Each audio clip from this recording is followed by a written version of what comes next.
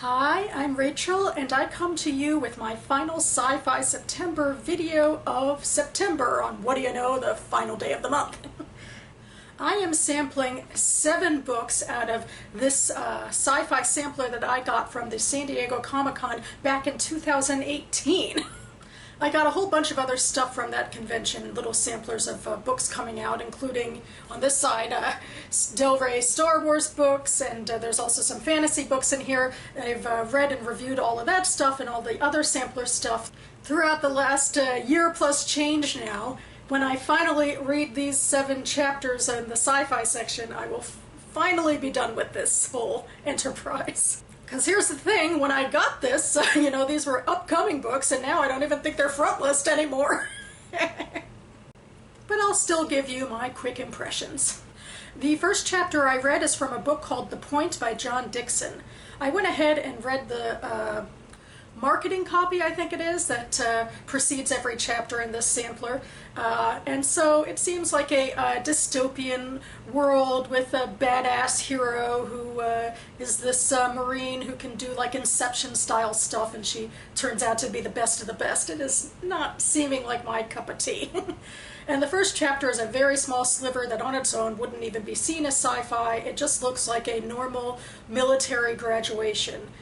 It's very short, and the point is to introduce main character Scarlet as a troublemaker, first of all, because Dixon says so, but second of all, because she stiffs everyone at the graduation and doesn't appear, and it ends with her stoic father and brother taking her sobbing mother away and wondering where she is.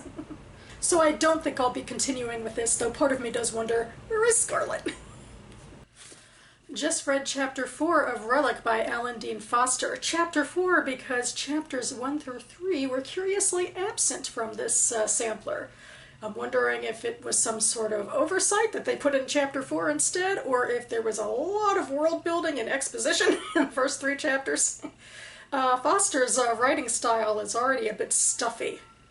I think he should cool it with the frou-frou words in his narrative. But anyway, we are on a desecrated alien planet that once held human life. And I read like the marketing copy, but it gave me, I don't like to do that a lot because, it gives you impressions that may or may not be accurate to what you're reading.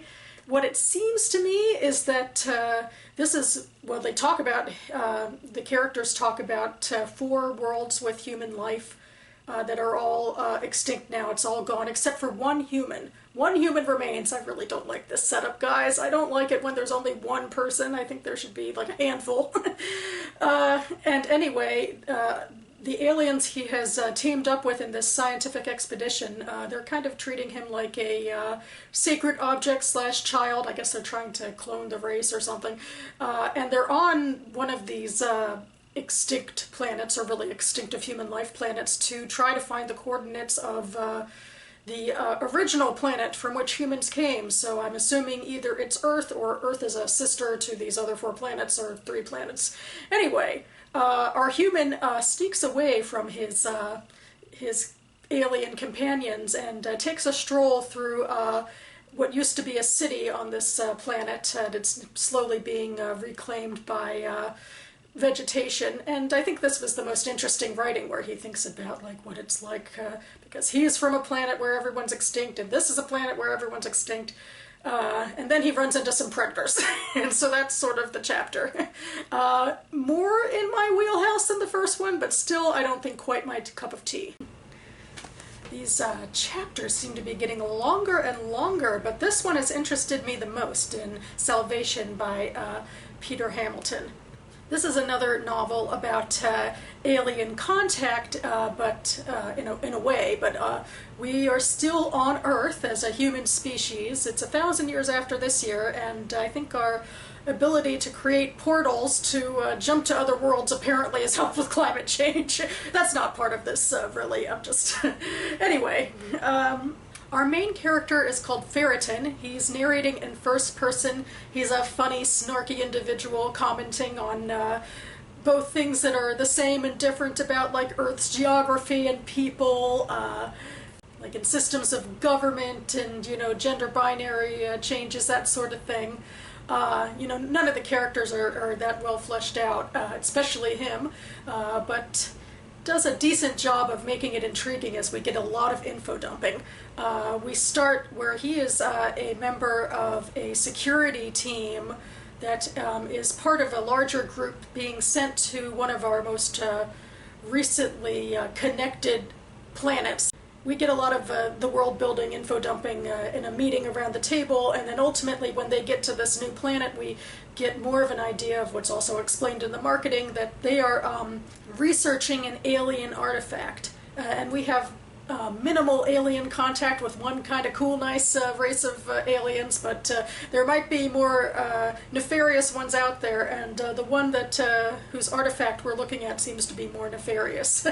So intriguing stuff, and this is more military in space than is my usual, but I do always like the idea of alien contact. I like that, since there is human race still existing, we will be talking about how human society changes. That's my sort of soft-core sci-fi interest. There's a lot of hard sci-fi in here as well. And also to end with, we see that one of the members of this team looking at the alien artifact is an alien spy. So our main character is trying to fish that person out. So yeah, I could go for this. There's an interesting comparison, I think, to be made between the chapter I just read of Thin Air by Richard K. Morgan and the chapter I previously read. The previous chapter was rife with an intriguing character to introduce us to all of the world building, whereas this one, although it's in first person as well, the character is completely unmemorable until the very end, where he's a stereotypical badass who can shoot the grubby bad guys in his way, whatever. Honestly, I know more from the marketing about what this book is about, the few paragraphs of marketing, than the 10-page chapter.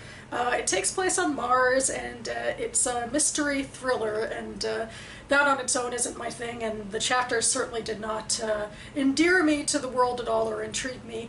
But I will have links to all of the Goodreads pages for these books down below, so that you will have more information on them than my fleeting impressions from these chapters. And finally, we are sneaking into way original content with this last one. This is Reincarnate Blues by Michael Poore. I admit I'm thinking of the Neil Gaiman and Douglas Adams comp because it was comped that way in the marketing, but I think it holds. Granted, I've only ever read Coraline by Neil Gaiman, so... And this is definitely not that. Let me read the first few sentences. This is a story about a wise man named Milo. It begins on the day he was eaten by a shark. So at least I think it's more adult fare, I suppose, or maybe not. Anyway, this is a very quirky third-person omnipotent voice following Milo and following the shark for the most part in this first chapter that completely whizzes along, and the general fantastical motif is reincarnation, and it seems like everybody is reincarnated, all animals. Like the shark has been reincarnated, including as the Strawberry Queen of a festival in 1985. Milo's dog used to be a bus driver.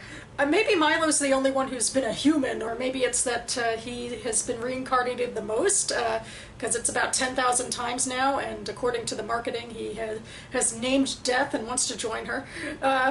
I mean, on its surface right now, it feels more like fantasy than science fiction because of that reincarnation, and unless I guess it's an alien conspiracy or something, there's no hard sci-fi explanation for this.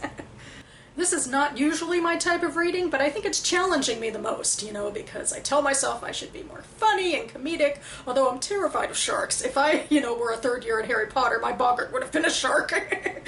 So, I don't know, although I think the shark bit is done, because, he's been eaten and it's over now. So, it definitely read quickly and well, so that would be something going in its favor. But I think ultimately I enjoy the Hamilton one a little bit more. Maybe. In all honesty, I don't think I'm going to read anything from here in full because I have a too long reading list.